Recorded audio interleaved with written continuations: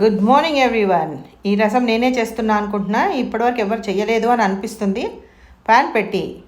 ప్యాన్లో కొంచెం ఆయిల్ వేసుకొని వెల్లుల్లిపాయలు, పోపు దినుసులు, మినపప్పు, శనగపప్పు, ఆవాలు, జీలకర్ర, వెల్లుల్లిపాయలు, అలానే ఉల్లిపాయలు, పచ్చిమిరపకాయలు వేసి అవి కూడా వేగిన తర్వాత కొంచెం పసుపు వేసుకోవాలి. పసుపు వేసుకున్నాక ఈ చింతపండు నీళ్ళు, మనకు కావాల్సినన్ని చింతపండు నీళ్ళు వేసుకొని అది బాగా తెల్లనివ్వాలి. తెరులుతున్నప్పుడు దాంట్లో కొంచెము ఉప్పు, అలానే బెల్లం వేసి బాగా మరగనియాలి. ఇదండి గోండ్లు పెట్టుకునే రసం అండి.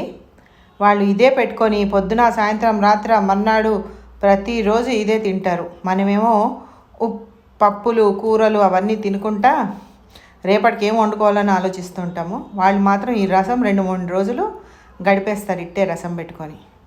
నాకు మాత్రం చాలా నచ్చింది. మీకు నచ్చుతుందని చేసి చూపిస్తున్నాను.